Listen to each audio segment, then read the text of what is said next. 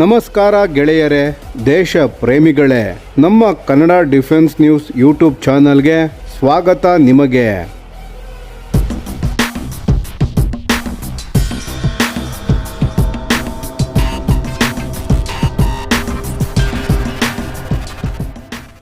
ಭಾರತದ ವಾಯುರಕ್ಷಣಾ ಸಾಮರ್ಥ್ಯವನ್ನು ಮತ್ತೊಂದು ಹಂತಕ್ಕೆ ಕೊಂಡೊಯ್ಯುವ ಮಹತ್ವದ ಹೆಜ್ಜೆಯಾಗಿ ಭಾರತ ಈಗ ತನ್ನ ಅತ್ಯಾಧುನಿಕ S-400 ಟ್ರಯಂಫ್ ಏರ್ ಡಿಫೆನ್ಸ್ ಸಿಸ್ಟಮ್ಗಾಗಿ ದೇಶೀಯ ಮಟ್ಟದಲ್ಲೇ ಮೇಂಟೆನೆನ್ಸ್, ರಿಪೇರ್ ಆ್ಯಂಡ್ ಓವರ್ಹಾಲ್ ಅಂದರೆ MRO ಸೌಲಭ್ಯವನ್ನು ನಿರ್ಮಿಸಲು ಮುಂದಾಗಿದೆ.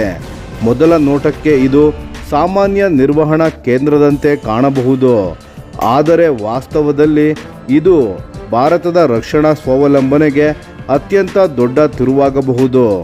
ಯಾಕೆಂದರೆ ಇಂದಿನ ಜಗತ್ತಿನಲ್ಲಿ ಯುದ್ಧಗಳು ಕೇವಲ ಗಡಿಯಲ್ಲಿ ಮಾತ್ರ ನಡೆಯುವುದಿಲ್ಲ. ತಂತ್ರಜ್ಞಾನ, ಸರಬರಾಜು ವ್ಯವಸ್ಥೆ ಮತ್ತು ಜಾಗತಿಕ ರಾಜಕೀಯದಲ್ಲಿಯೂ ನಡೆಯುತ್ತದೆ.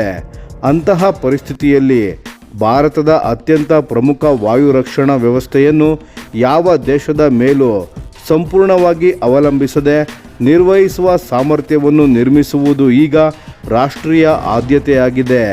ಭಾರತೀಯ ವಾಯುಪಡೆಯ ಸೇವೆಯಲ್ಲಿ ಸುದರ್ಶನ ಚಕ್ರ ಎಂದು ಕರೆಯಲಾಗುತ್ತಿರುವ S-400 ವ್ಯವಸ್ಥೆ ಈಗ ಭಾರತದ ದೀರ್ಘ ವ್ಯಾಪ್ತಿಯ ವಾಯು ರಕ್ಷಣಾ ಜಾಲದ ಪ್ರಮುಖ ಆಧಾರವಾಗಿದೆ. ಈಗ ಭಾರತ ಆರಂಭಿಕ 5 S-400 ರೆಜಿಮೆಂಟ್ಗಳಿಂದ ಮುಂದಿನ ದಿನಗಳಲ್ಲಿ ಒಟ್ಟು 10 ವ್ಯವಸ್ಥೆಗಳತ್ತ ಸಾಗುವ ಯೋಜನೆ ಹೊಂದಿದೆ. ಈ ವಿಸ್ತರಣೆಯೊಂದಿಗೆ ಒಂದು ದೊಡ್ಡ ಪ್ರಶ್ನೆ ಎದುರಾಗುತ್ತದೆ: ಇಷ್ಟು ದೊಡ್ಡ ಮಟ್ಟದ ರಕ್ಷಣಾ ವ್ಯವಸ್ಥೆಯನ್ನು ದೀರ್ಘಕಾಲ ಹೇಗೆ ನಿರಂತರವಾಗಿ ಕಾರ್ಯಾಚರಣೆಗೆ ಸಿದ್ಧವಾಗಿಡುವುದು? ಇದಕ್ಕೆ ಉತ್ತರವೇ ಈ ಹೊಸ ದೇಶೀಯ MRO ಯೋಜನೆ. ಈ ಯೋಜನೆಯ ಕೇಂದ್ರದಲ್ಲಿ ರಷ್ಯಾದ ಆಲ್ಮಜ್ ಆಂಟೆ ಸಂಸ್ಥೆ ಇದೆ. ಇದೇ S-400 ವ್ಯವಸ್ಥೆಯ ಮೂಲ ಉತ್ಪಾದಕ ಸಂಸ್ಥೆ, ಅಂದರೆ ಒರಿಜಿನಲ್ ಇಕ್ವಿಪ್ಮೆಂಟ್ ಮ್ಯಾನುಫ್ಯಾಕ್ಚರರ್ ಅಥವಾ OEM. ಈ ಯೋಜನೆಯಲ್ಲಿ ರಷ್ಯಾ ನೇರವಾಗಿ ಭಾಗವಹಿಸುತ್ತಿದ್ದು, ಭಾರತಕ್ಕೆ ಅಧಿಕೃತ ತಾಂತ್ರಿಕ ದಾಖಲೆಗಳು, ನಿರ್ವಹಣಾ ವಿಧಾನಗಳು ಮತ್ತು ಕಾರ್ಯಾಚರಣೆಯ ಪ್ರೋಟೋಕಾಲ್ಗಳಿಗೆ ನಿಯಂತ್ರಿತ ಪ್ರವೇಶ ನೀಡಲಾಗುತ್ತಿದೆ. ಇದು ತುಂಬ ಮಹತ್ವದ ಸಂಗತಿ, ಯಾಕೆಂದರೆ S-400 ಒಂದು ಸಾಮಾನ್ಯ ಕ್ಷಿಪಣಿ ವ್ಯವಸ್ಥೆಯಲ್ಲ. ಇದರೊಳಗೆ ಅತ್ಯಾಧುನಿಕ missile launchers, command and control network, tracking radars, engagement radars, ಸುರಕ್ಷಿತ ಕಮ್ಯುನಿಕೇಷನ್ ಸಿಸ್ಟಮ್ ಹಾಗೂ ಎಲೆಕ್ಟ್ರಾನಿಕ್ ವಾರ್ಫೇರ್ಗೆ ಪ್ರತಿರೋಧಿಸುವ ತಂತ್ರಜ್ಞಾನಗಳು ಸೇರಿವೆ. ಇಂತಹ ವ್ಯವಸ್ಥೆಯನ್ನು ನಿರ್ವಹಿಸಲು ಕೇವಲ ಯಾಂತ್ರಿಕ ಜ್ಞಾನ ಸಾಕಾಗುವುದಿಲ್ಲ. ಆಳವಾದ ತಾಂತ್ರಿಕ ಪರಿಣತಿ ಮತ್ತು ಮೂಲ ತಂತ್ರಜ್ಞಾನದ ಅರಿವು ಅಗತ್ಯ. ಈ ಹೊಸ ಸೌಲಭ್ಯವು 2028ರ ಒಳಗೆ ಕಾರ್ಯಾರಂಭ ಮಾಡುವ ಗುರಿ ಹೊಂದಿದೆ ಎಂದು ಮಾಹಿತಿ ಲಭ್ಯವಾಗಿದೆ. ಆರಂಭಿಕ ಹಂತದಲ್ಲಿ ಇಲ್ಲಿ ಡಯಾಗ್ನೋಸ್ಟಿಕ್ಸ್, ರಿಪೇರ್, ಕಾಂಪೋನೆಂಟ್ ರಿಪ್ಲೇಸ್ಮೆಂಟ್ ಹಾಗೂ ಸಸ್ಟೈನ್ಮೆಂಟ್ ಸಪೋರ್ಟ್ ಕೆಲಸಗಳು ನಡೆಯಲಿವೆ. ಆದರೆ ನಂತರದಲ್ಲಿ ಈ ಸಾಮರ್ಥ್ಯವನ್ನು ಮತ್ತಷ್ಟು ವಿಸ್ತರಿಸಿ ರೆಡಾರ್ ಸಿಸ್ಟಮ್ಸ್, ಎಲೆಕ್ಟ್ರಾನಿಕ್ ಮಾಡ್ಯೂಲ್ಸ್ ಹಾಗೂ ಲಾಂಚರ್ ವೆಹಿಕಲ್ಸ್ಗಳ ಆಳವಾದ ಓವರ್ಹಾಲ್ ಮಟ್ಟದ ನಿರ್ವಹಣೆಯನ್ನು ಭಾರತದಲ್ಲೇ ಮಾಡುವ ಯೋಜನೆ ಇದೆ. ವರದಿಗಳ ಪ್ರಕಾರ ಆಯ್ಕೆಯಾದ ಭಾರತೀಯ ರಕ್ಷಣಾ ಸಂಸ್ಥೆಯೊಂದು ಈ ಯೋಜನೆಯನ್ನು ಮುನ್ನಡೆಸುತ್ತಿದ್ದು, ರಷ್ಯಾದ ಪಾಲುದಾರರೊಂದಿಗೆ ನಿಕಟವಾಗಿ ಕೆಲಸ ಮಾಡುತ್ತಿದೆ. ಈ ಯೋಜನೆಗೆ ಹೆಚ್ಚಿನ ವೇಗ ಸಿಕ್ಕದ್ದು ಆಪರೇಷನ್ ಸಿಂಧೂರ್ ಸಮಯದಲ್ಲಿ S-400 ನೀಡಿದ ಕಾರ್ಯಕ್ಷಮತೆಯ ನಂತರ ಎಂದು ಹೇಳಲಾಗುತ್ತಿದೆ. ಈ ಕಾರ್ಯಾಚರಣೆಯಲ್ಲಿ ವ್ಯವಸ್ಥೆಯ ಸಿದ್ಧತೆ ಮತ್ತು ಪರಿಣಾಮಕಾರಿತ್ವವು ಭಾರತದ ಮುಂದೆ ಒಂದು ಸ್ಪಷ್ಟ ಸಂದೇಶ ನೀಡಿತು. ಇಂತಹ ತಂತ್ರಾತ್ಮಕ ವ್ಯವಸ್ಥೆಗಳಿಗೆ ವಿದೇಶಿ ಬೆಂಬಲದ ಮೇಲೆ ಮಾತ್ರ ಅವಲಂಬಿಸುವುದು ಭವಿಷ್ಯದಲ್ಲಿ ಅಪಾಯಕಾರಿಯಾಗಬಹುದು. ಈ MRO ಕೇಂದ್ರದ ದೊಡ್ಡ ಲಾಭವೇನೆಂದರೆ, ಜಾಗತಿಕ ಸರಬರಾಜು ಅಡಚಣೆಗಳಿಂದ ಭಾರತ ತನ್ನ S-400 ಸಾಮರ್ಥ್ಯವನ್ನು ರಕ್ಷಿಸಿಕೊಳ್ಳಬಹುದು. ಉಕ್ರೇನ್ ಸಂಘರ್ಷ ಮತ್ತು ರಷ್ಯಾದ ಮೇಲಿನ ಅಂತಾರಾಷ್ಟ್ರೀಯ ನಿರ್ಬಂಧಗಳ ಪರಿಣಾಮವಾಗಿ ಅನೇಕ ರಷ್ಯನ್ ಮೂಲದ ರಕ್ಷಣಾ ವ್ಯವಸ್ಥೆಗಳಿಗೆ ಬಿಡಿಭಾಗ ಮತ್ತು ಲಾಜಿಸ್ಟಿಕ್ ಪೂರೈಕೆಗಳ ಸಮಸ್ಯೆಗಳು ಎದುರಾಗಿವೆ. ಸಾರಿಗೆ ವಿಳಂಬ, ಬಿಡಿಭಾಗಗಳ ಕೊರತೆ ಹಾಗೂ ಸರಬರಾಜು ವ್ಯತ್ಯಯಗಳು ಜಾಗತಿಕ ಮಟ್ಟದಲ್ಲಿ ಪರಿಣಾಮ ಬೀರಿವೆ.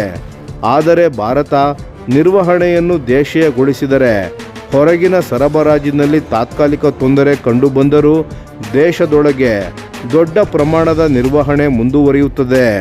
ಅದರ ಪರಿಣಾಮ ವ್ಯವಸ್ಥೆಯ ಕಾರ್ಯಸಿದ್ಧತೆ ಉಳಿಯುತ್ತದೆ ಮತ್ತು ಡೌನ್ ಟೈಮ್ ಕಡಿಮೆಯಾಗುತ್ತದೆ.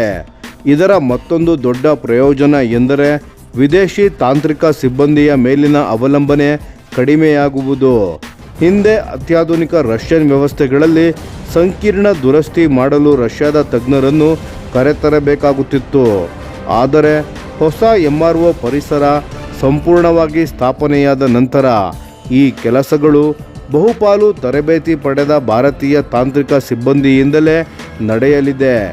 ರಷ್ಯಾದ ಪಾತ್ರ ಕ್ರಮೇಣ ತಾಂತ್ರಿಕ ಮೇಲ್ವಿಚಾರಣೆ ಮತ್ತು ವಿಶೇಷ ಸಲಹೆಗಳಿಗೆ ಮಾತ್ರ ಸೀಮಿತವಾಗಬಹುದು.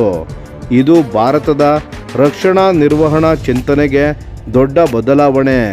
ಇನ್ನು ಭಾರತ ಕೇವಲ ವಿದೇಶದಿಂದ ಬಂದ ವ್ಯವಸ್ಥೆಗಳನ್ನು ಬಳಸುವ ದೇಶವಲ್ಲ, ಬದಲಿಗೆ ಅವುಗಳ ಸಂಪೂರ್ಣ ಜೀವನ ಚಕ್ರವನ್ನು ಸ್ವತಂತ್ರವಾಗಿ ನಿರ್ವಹಿಸುವ ಸಾಮರ್ಥ್ಯವನ್ನು ನಿರ್ಮಿಸುತ್ತಿದೆ.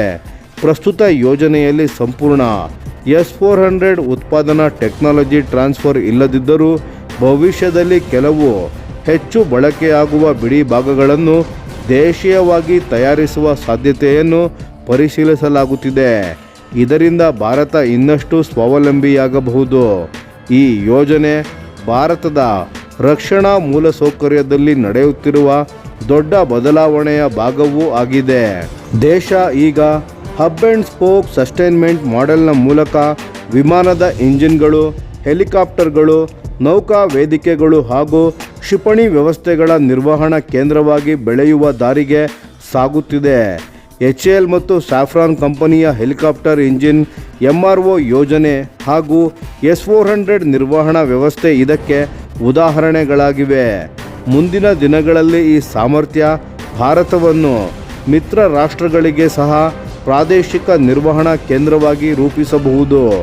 ಆದರೆ ಈಗಿನ ಮುಖ್ಯ ಗುರಿ ಒಂದೇ: ಭಾರತೀಯ ವಾಯುಪಡೆಯ S-400 ವ್ಯವಸ್ಥೆಗಳು ಯಾವುದೇ ಜಾಗತಿಕ ಅಡಚಣೆ ಬಂದರೂ ಸದಾ ಯುದ್ಧಸಿದ್ಧ ಸ್ಥಿತಿಯಲ್ಲಿರಬೇಕು.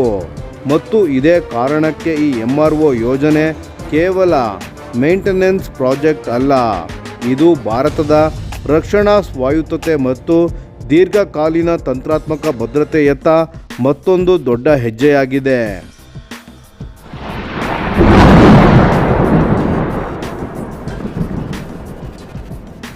ಈ ವಿಡಿಯೋ ನಿಮಗೆ ಇಷ್ಟವಾಗಿದ್ದರೆ ಲೈಕ್ ಮಾಡಿ ಮತ್ತು ನಮ್ಮ ಚಾನೆಲನ್ನು ಸಬ್ಸ್ಕ್ರೈಬ್ ಮಾಡಿ ಹಾಗೂ ಬೆಲ್ ಐಕಾನ್ ಒತ್ತಿ. ಯಾವ ಅಪ್ಡೇಟ್ಗೂ ಮಿಸ್ ಆಗಬೇಡಿ.